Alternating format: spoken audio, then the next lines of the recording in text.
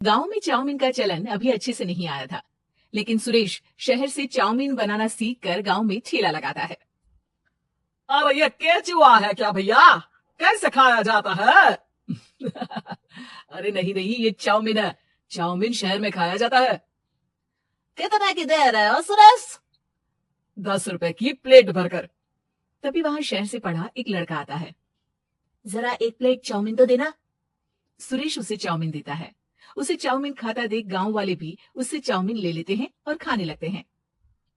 अरे वाह सुरेश भैया, कमाल की बनाए हो। 2 प्लेट मेरे बच्चों के लिए भी पैक कर दो। बस फिर क्या था, सुरेश का ठेला लगता है और चाउमीन खरीदने वालों की लाइन लग जाती है। तभी वहां से गांव का साहूकार होकर गुजरता है। और ये क्या भीड़ लगी है? लगता है झगड़ा हो गया है गांव में। चलूं मैं अभी तो मजे ले लूं। अरे कहा है इतनी भीड़ लगी है यहाँ? लड़ाई हो गई है क्या? अरे साहूकार साहब, ना ना ना, कोई लड़ाई ना हुई है। ये तो सुरेश की दुकान है चाउमीन की। हम लोग चाउमीन खाने आए हैं, आप भी खाइए ना। साहूकार चाउमीन खाता है और सुरेश की तरफ देखता है, जो सारे दिन के पैसे गिन रहा होता है। अरे सुरेश, क्या लागत है इस काम की?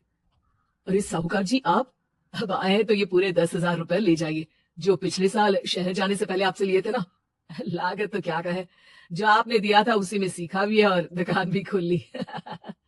अरे पैसे इतने जल्दी क्या जरूरत थी? कैसे जरूरत नहीं थी साहूकार जी, इतना मोटा ब्याज कहाँ से भरते। साहूकार को अब सुरेश की दुकान को हड़पने की लालच आ जाती है। नाना करते ये सारे दिन में 500 रुपए कमा ही लेता है। अरे गांव में ये ऐसे ही कमाता रहा तो कहीं ब्याज का काम ना शुरू कर दे। अरे भैया, कोई ना कोई जुगाड़ तो करना पड़ेगा। अब साहूकार घर आ जाता है और अपनी बीवी को सारी बात बताता है। हाँ जी, ये तो मैंने भी सुना है कि सुरेश के हाथ की चाउमीन नहीं खाई तो कुछ नहीं खाया। अरे हाँ हाँ, सही ही कहता है। मैं अभी खा कर ही आ रहा हूँ। अरे भाग्यवान कितना अच्छा हो ना, अगर वो पैसा हम लोगों को मिल जाए। क्यों? है? हाँ, वो तो है, लेकिन कैसे? हम लोगों को तो चाउमीन बनाना आता ही नहीं है। साहूकार और उसकी बीवी अब रोज चुपके से सुरेश के घर जाते हैं और खिड़की से उसे चाउमीन बनाते देखते। अब क्या था, दोनों को चाउमीन बनाना आ जाता है। फिर एक रोज, और सुरेंद्र, तुझे साहूकानी ने बुलाया था। बोल रही थी कि बेटे के जन्मदिन में 10 किलो चाउमीन का ऑर्डर देना है। बना दोगे ना? अरे हाँ हाँ साहूकार जी, मैं जरूर बना दूंगा। कब देना है घर में 10 किलो चाउमीन? अरे वो तो तू घर आकर बता कर लेना, मैं नहीं बता पाऊंगा। ठीक है, शाम को काम निपटा कर आ जाता हूँ। सुरेश साहूकार के घर जाता है, लेकिन वहां मियाँ बीवी मिलकर उसे बंधक बना लेते हैं। अरे मुझे क्यों बांध रखा है? मुझे छोड़ दो। आज से तेरा ठेला मैं लगाऊंगा और बहुत सारे पैसे कमाऊंगा। साहूकार एक आदमी को सुरेश की निगरानी में लगा देता है और वहां से चला जाता है। अगले दिन, अरे साहूकार जी, आप कब से चाउमीन बेचने लगे और अपना ये सुरेश कहाँ गया? और वो तो शहर गया है। उसका कोई काम निकल आया था, बोल रहा था कि जब तक वो ना आए तब तक मैं ही उसके ठेले का काम कर दूं। पैसे भी तो बहुत उधार ले रखे थे उसने। लगता है कर्जा भरने के डर से भाग गया है। अरे पर वो तो बोल रहा था कि उसने सारा कर्जा उतार दिया है, और वो क्यों भागेगा? इतना तो कमा रहा था। अरे मुझे क्या पता। अरे चाउमीन खाना है तो बोलो, नहीं तो भागो यहाँ से। अरे हाँ हाँ, दे दो दे दो। अब तो चाउमीन खाना पूरे गांव के लोगों के लिए आदत ही बन गया है। ना खाओ तो नींद ना आए। हाँ हाँ, तो लो और निकालो 50 रुपए। 50 रुपए क्यों? सुरेंद्र तो 10 रुपए में देता था। अरे वो पागल था, मैं थोड़ी ना हूँ। गांव वाले, जिनको चाउमीन की लत लग गई थी, वो करते भी क्या, दे दो और ये लो 50 रुपए। लेकिन फिर साहूकार उन लोगों को प्लेट में थोड़ी सी चाउमीन रख देता है। अरे ये क्या, पैसे 5 गुना ज्यादा और चाउमीन बस इतनी सी?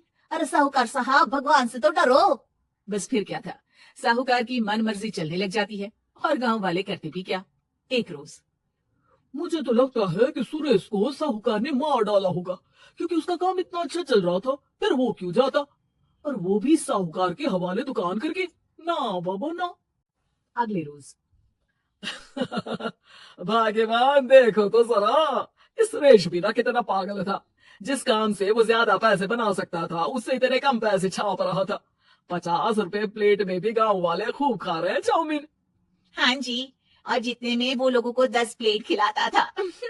भर भर कर हम लोग उतने में 20 प्लेट बना रहे हैं, क्यों जी?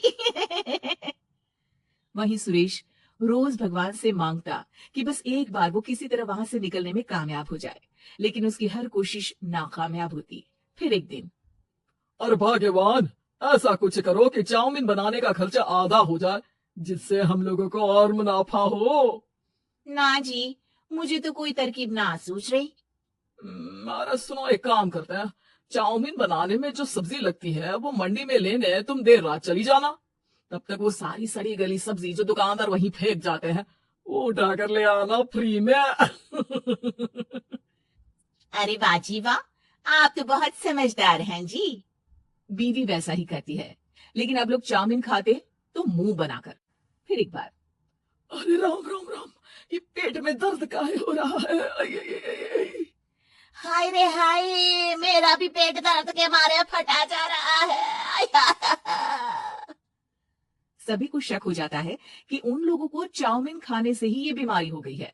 वहीं दूसरी तरफ जो आदमी सुरेश की निगरानी कर रहा था वो सो रहा होता है और मौका देखकर सुरेश वहां से भाग जाता है।